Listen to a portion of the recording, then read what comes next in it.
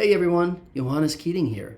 I'm doing this one standing up because I sit so much in what I do for a living. If you're a therapist, I'm sure you can relate that standing up can just feel like one of those things you need to do. So anyway, if I look a little beat up, it's because I am. I had oral surgery yesterday, so I am pretty beat up. But I had this string of thoughts that wants to come out. So here goes. On the one hand, I want to talk about the wonders of meeting people where they are and how the outcome of that can truly be wonderful, regardless of whether or not the client gets to the top of the mountain and experiences profound character change, where they have gotten to the engine of the neurotic suffering and touched upon the most intimate, deepest thoughts and feelings.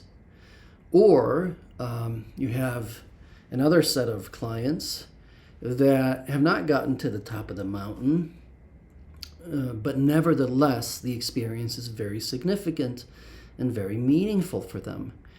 Perhaps they have had what we might be able to call ISTDP-lite, some restructuring, some greater self-understanding, some capacity building, some symptom reduction, and support. The relationship itself being very meaningful and supportive as a corrective emotional experience. I'm thinking about people that I've done both with. People that have not gotten to the top of the mountain, where ISTDP standard format was not appropriate. It was contraindicated for a number of reasons. But how years later, I still get an email sometimes from people like that, thanking me for their work, or they just send me their friends and family. So lots of referrals, like go see this guy for therapy. And so that's really meaningful. It's just wonderful. And it goes to show how ISTDP-lite, that incorporates elements of ISTDP but doesn't do the whole enchilada, it doesn't get people to the top of the mountain, can still be exactly what someone needs, depending on who they are and their starting point and their situation. And then in the other camp, there are those that have gone the distance, that have been able to experience profound character transformation, not just symptom reduction. And in one sense, both are just equally wonderful because both got what they needed. But there's something about this other group that reached the top of the mountain, that go the distance, that managed to touch in on the deepest parts of their psyches, their hearts and their minds. And what I'm thinking about is that in that process, there seems to be a hatching that occurs, or one way to conceptualize it would be some kind of birth of the true psychological being that was either buried or needed a jump start to properly begin to come into existence. And it's an extraordinarily unique phenomena. So patients that have gone the distance and whose being or whose true selves have been hatched or birthed through the therapeutic process, when people like that approach termination, it is a very profound experience. The feelings around goodbye are going to be very intense, and not just for them, but for you, the therapist. Because if that really has transpired, it won't be lost on you what a privilege and what an honor it is that they have allowed you along for that journey, that they have allowed you that close to them, that they have allowed you access to their depths, the depths of their beings.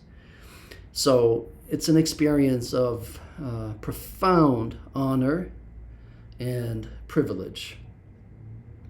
But more than that, somehow, and this is my experience, somehow it taps into something very, very deep within me that has to do with being a catalyst for that kind of a birth, where I know that I had a role, that I was a catalyst in that psychological birth taking place. And now that I am a father, now that I have a son and I can see how his psychological being is coming into existence more and more, the more he leans on me, the more he attaches to me and avails himself of what I offer him in terms of love and support and attention and presence, I see the parallel.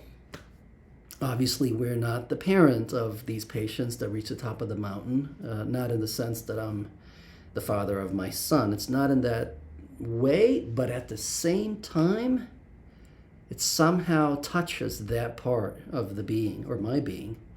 I'm assuming I'm speaking to something that perhaps others have experienced too. I doubt that I'm alone in this. So anyway, that's what I wanted to try to put some words to today, even though I'm reeling from oral surgery yesterday. So the first part about the wonders of meeting people where they are, even if there's different outcomes in terms of the level of progress. And then the second piece having to do with the therapist as perhaps a midwife, and how that comes close to and parallels the experience of being a parent and facilitating the child's growing being, and that being coming into existence. So, alrighty, I think that wraps it up. Thanks so much for watching. Take care. Bye-bye now.